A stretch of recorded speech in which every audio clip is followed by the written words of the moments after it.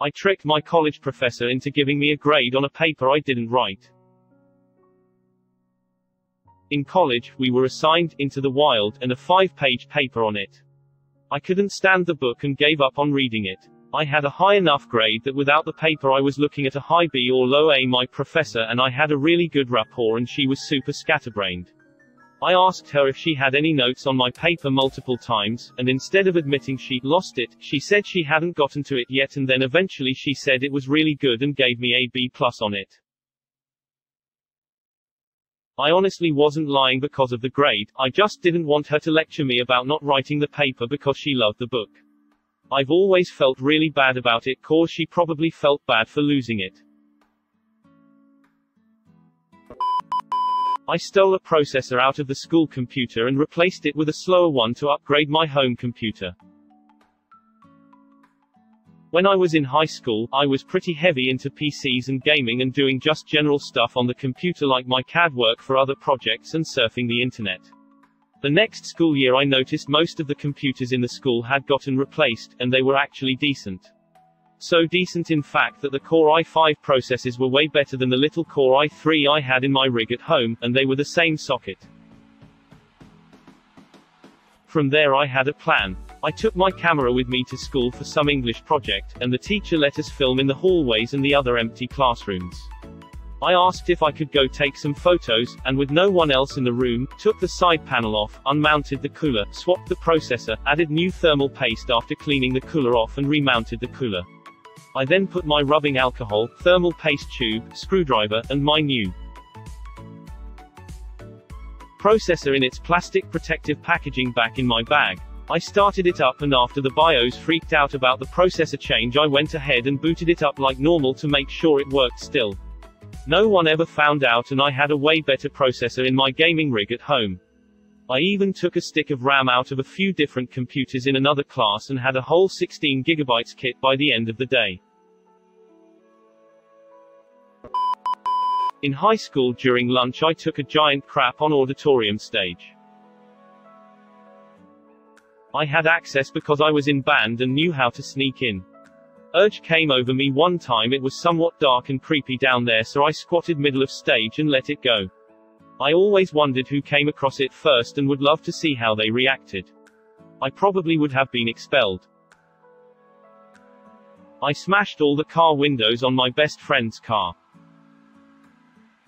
I sold him a car and we agreed on monthly payments, but I guess me being Mr. Nice Guy to him must have meant he can pay me whenever, sometimes waiting up to 3 months to pay me. After a while he says yup, the car's paid off even though he still owed me money, so after like 8 months of me not saying anything to him about it, me and my ex-GF went out in middle of the night with hammers and smashed every piece of glass on that car in front of his house. Needless to say the car got written off as a total loss and we're still friends to this day XD. I destroyed my friend's Tamagotchi. When I was like 7, my friend forgot her Tamagotchi at my place. For some reason I wanted to see what happened if you put a Tamagotchi in water, but I didn't want to do it with my own Tamagotchi. So I saw this as the perfect opportunity. Very scientific research. If anyone wonders what happens if you put a Tamagotchi in water, here's what happens. The screen got a permanent line on it due to water inside the glass, but it still worked, at least until the little paper thingy you had to pull out to turn the Tamagotchi on broke and got stuck in it, so you couldn't turn it on. So I panicked and did the next logical thing and buried the Tamagotchi and never spoke of it again. My friend never asked for her Tamagotchi back. She was super spoiled and had so many toys that she probably didn't even notice that it went missing, but I still think about it sometimes. Astrid, if you see this, I'm sorry. I am security officer who can't stop stealing from work. I never thought it would get this bad. At my mum, I have stolen at least $400. I don't steal actual money, just food and other items. It's crazy how much I am willing to risk. If I get caught, that's it. Suicide will be my only viable option. I feel like I am diving into a very dark and ugly world. I've had my security license for a while now. I'd lose it and probably be prosecuted. I am uneducated, so I probably won't be able to find another decent paying job. This has been going on for 3 months now. And it's getting worse. I am stealing more frequently. I am getting more paranoid. I am losing sleep. My life is going to unravel if you don't stop now. I need to seek help.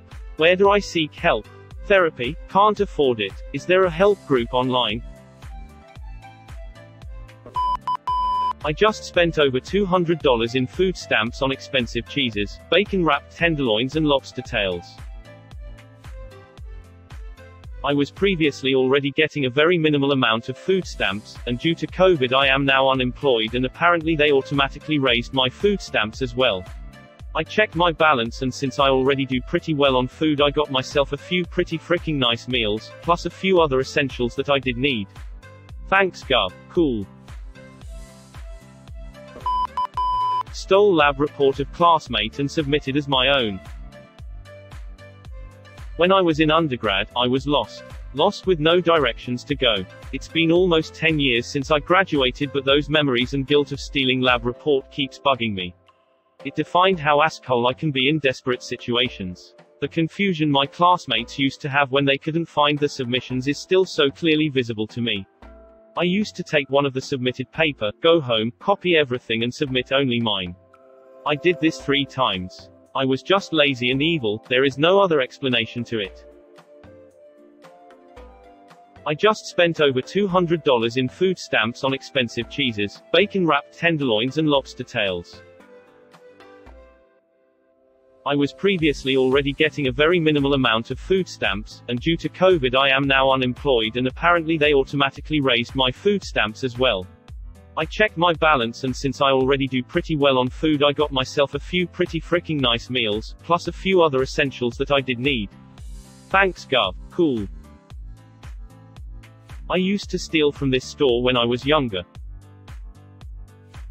I used to steal from a little convenience store by my house. The one time I got caught about to steal they stopped me and checked my pockets but I had nothing. I told my mom that they banned me for no reason. She went there and had an argument with the owner and clerk and said she called the cops if they ever put hands on her kid again. Little did she know that I did steal and I've never told her the truth almost 20 years later.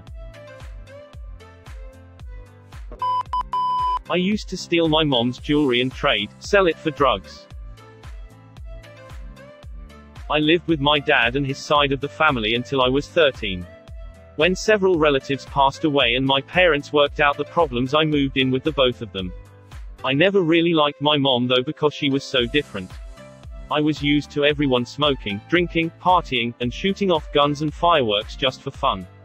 There was very little rules and you could turn any day into a celebration if you tried hard enough.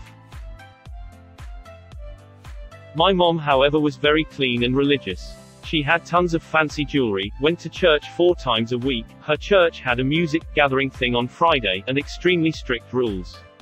Even chewing gum was considered disrespectful. My dad just wanted things to work out and be okay so he never said anything about it, went along with the things she wanted but I was bored and miserable. I missed the fun, I missed the loud music and being able to have small amounts of alcohol, crowding 8 people in a truck that could only hold 3 and standing up in the truck bed going down random back roads. I felt like she took that all away and she was the reason everything was miserable. I desperately missed the chaos. It was all I knew, so after she started accusing me of being on drugs it gave me an idea. That could be my escape and that could be how I could finally enjoy things again. So when a guy from my school started selling pills I stole a bunch of her earrings and bracelets and would trade one item at a time. I was able to use her stuff to get hydros, weed, alcohol, and the rare Xanax. It was stupid but I figured if she was going to accuse me I might as well since it would be the only thing I could get away with. I got ripped off, bad every single time but didn't care because it wasn't my stuff to give away. One day she was crying because she couldn't find a specific set that belonged to her grandmother. She wanted to get the clasps fixed and start wearing it again because it was the only thing she had left from her. She described it and I remembered trading it out a few months before. I felt like shit but never told her because I didn't want to deal with the consequences. To this day she still occasionally tries to find it and I feel like I need to tell someone. I stole a sketchbook from my classroom in 3rd grade. There were baby chicks in the library, so we were allowed to go in before school to look at them. My friend and I took advantage of this opportunity by going into the classroom, opening the cabinet full of blank sketchbooks, and hid it just in time for the teacher to come in and tell us to go to the library. I still feel bad about it. For believing in me and giving me this chance. Subscribe. He said it.